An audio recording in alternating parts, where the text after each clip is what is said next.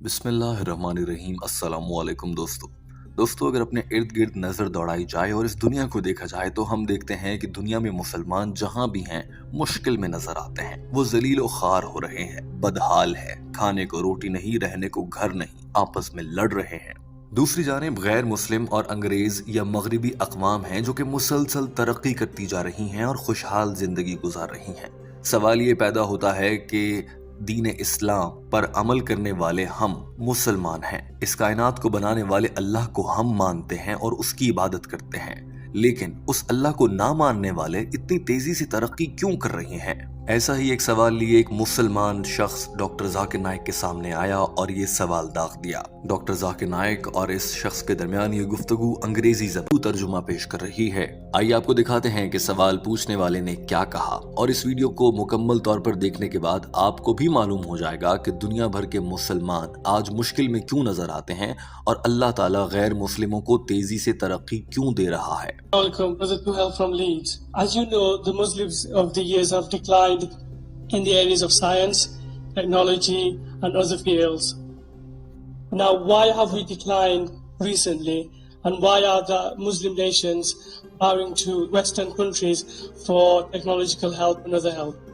Well, that's a good question. That why have the Muslims declined? سوال کرنے والا شخص جو کہ بظاہر مسلمان معلوم ہوتا تھا ڈاکٹر ذاکر نائک سے پوچھنے آیا تھا کہ میں آپ سے جاننا چاہتا ہوں کہ دنیا بھر میں مسلمان تنزلی کا شکار کیوں ہیں، وہ گرتے چلے جا رہے ہیں۔ سائنس و ٹیکنالوجی ہو یا خوشحالی کی زندگی ہو، مسلمانوں کو کچھ بھی میسر نہیں ہے، جبکہ انگریز اور غیر مسلم مسلسل ترقی کر رہے ہیں۔ وہ سائنس اور ٹیکنالوجی میں ہم سے آگے نکلتے جا رہے ہیں، یہاں تک کہ ہم مسلمانوں کو سائنس اور ٹیکنالوجی انگریزوں سے حاصل کرنا پڑتی ہے۔ ڈاکٹر ذاکر نائک نے اس لڑکے کے سوال کو بہت اچھا سوال قرار دیتے ہوئے مختصر طور پر اسی سوال کو دہرایا اور جواب دینا شروع کیا۔ Have the Muslims declined in terms of science and technology? Why do we look up to the Western world, etc.? If you read history, from the 8th to the 12th centuries, the Europeans, they called it as the Dark Ages. Doctor Zakir Naik نے کہا کہ اگر تاریخ کا مطالعہ کیا جائے تو 7ویں اور 8ویں صدی کو یورپین لوگ ایک سیاہ صدی کہتے ہیں، یا پھر وہ اسے ایک سیاہ دور کہتے ہیں۔ سیاہ دور یا پھر کالا دور کن کے لیے؟ یورپین کے لیے، مغربی ممالک کے لیے، کیونکہ وہ مشکل میں تھے اور اس وقت ان کی حالت وہ تھی جو آج مسلمانوں کی ہوتی ہے۔ لیکن اس وقت 7ویں اور 8ویں صدی میں جب انگریز سیاہ دور سے گزر رہے تھے اور بہت مشکل زندگی جی رہے تھے، اس وقت مسلمانوں کا عروج تھا، کیونکہ سائنس اور ٹیکنالوجی میں اس وقت کے مسلمان بہت تیزی سے آگے بڑھ رہے تھے۔ جب مغرب کے لوگوں کے لیے اور انگریزوں کے لیے یہ سیاہ دور تھا تو اسی دور میں مسلمانوں کے لیے یہ سنہری دور تھا، اور مسلمان تیزی سے ترقی کرتے ہوئے نئی نئی ایجادات کر رہے تھے، جیسا کہ اس پوری دنیا کا نقشہ بنانا۔ یہ پہلا بڑا کام تھا جو کہ ایک مسلمان نے ہی سر انجام دیا اور سن 1154 میں سر انجام دیا، جن کا نام الادروسی تھا۔ صرف یہی نہیں بلکہ میتھمیٹکس، جس پر پوری دنیا چلتی ہے، ریاضی، مسلمانوں سے پہلے تک یہ صرف اور صرف 0 کا علم رکھتے تھے اور 0 کا عدد جانتے تھے، لیکن مسلمانوں نے آ کر 1 2 3 4 اور پھر 1.2 1.4 1.5 اس طرح کے ڈیسیمل فیگرز بھی مسلمانوں نے سکھائے۔ اسی لیے تو ان نمبرز کو آج بھی عربک نمبرز کہا جاتا ہے۔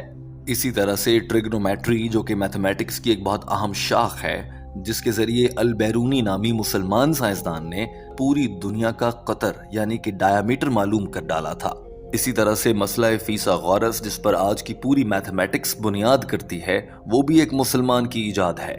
دراصل ان مثالوں کے ذریعے ڈاکٹر ذاکر نائک پہلے سب کو بتانا چاہتے تھے کہ ہم مسلمان سائنس، ٹیکنالوجی اور جدید علوم سیکھنے میں آج سے پہلے کے دور میں کتنا آگے تھے، لیکن سوال یہ تھا کہ ہم پیچھے کیسے چلے گئے اور اس کا اب حل کیا ہے۔ ڈاکٹر ذاکر نائک نے اس پر بھی وضاحت سے گفتگو پیش کی۔ As I told you earlier, the person who drew the first world map was Al-Idrusi, 1154. In mathematics, the Indians had known about the zero. The Arabs came, they got that and invented, they put the decimal point. So therefore, even what we call the numerals, it's an Arabic numerals. That 1, 2, 3, 4. The right word for that is Arabic numerals. 1, 2, 3, 4. It is by the Arabs. In trigonometry, if you know, the person who was an expert, Al-Biruni, was expert. The Pythagoras theorem, the square of the opposite side is equal to the sum of the other two sides of the triangle. It was Al-Ibthusi. So when we read history, Muslims were on top of the world. Doctor Zakir Naik نے کہا کہ مزید علوم کی بات کریں تو chemistry ایک بہت اچھا مضمون ہے اور جس سے بہت ترقی ممکن ہے. آپ یہ جان کر حیران رہ جائیں گے کہ کیمسٹری کا باپ، کیمسٹری کا والد کہلائے جانے والا جابر بن حیان ایک مسلمان تھا، اور اسے پڑھانے کے لیے آج کے دور کی کتابوں میں جابر کے نام کو گیبر لکھا جاتا ہے، اور ایسا جان بوجھ کر کیا جاتا ہے تاکہ لگے کہ وہ بھی ایک انگریز تھا جبکہ وہ مسلمان تھا. ڈاکٹر ذاکر نائک نے مغربی لوگوں کی اس چال کو جب بے نقاب کیا تو ہال میں موجود لوگ بھی ہنسنے لگے کہ کیسے انہوں نے جابر بن حیان جو کہ ایک مسلمان تھا اس کے نام کو انگریزی میں گیبر کہنا شروع کر دیا، جس سے اب وہ ایک غیر مسلم سائنسدان لگتا ہے اور وہ کیمسٹری کا باپ کہلاتا تھا. اور یوں مسلمانوں سے بھی تاریخ میں سے یہ اعزاز بھی چھین لیا گیا. ذرا یہ مناظر دیکھیے. Muslims on top of the world. The father of chemistry. Who is he? You know, we read in the book, Geber. It is Jabir ibn Hayyan. You want to westernize the name, Geber. Sound like a westerner. It is Jabir ibn Hayyan. Geber.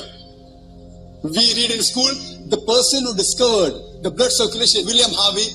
Doctor Zakir Naik نے یہ بھی بتایا کہ دنیا کی کئی ایجادات اور دریافتیں ہیں. مثال کے طور پر ہمیں اسکول کی کتابوں میں پڑھایا جاتا ہے کہ ہمارے جسم کی رگوں میں خون کیسے دوڑتا ہے.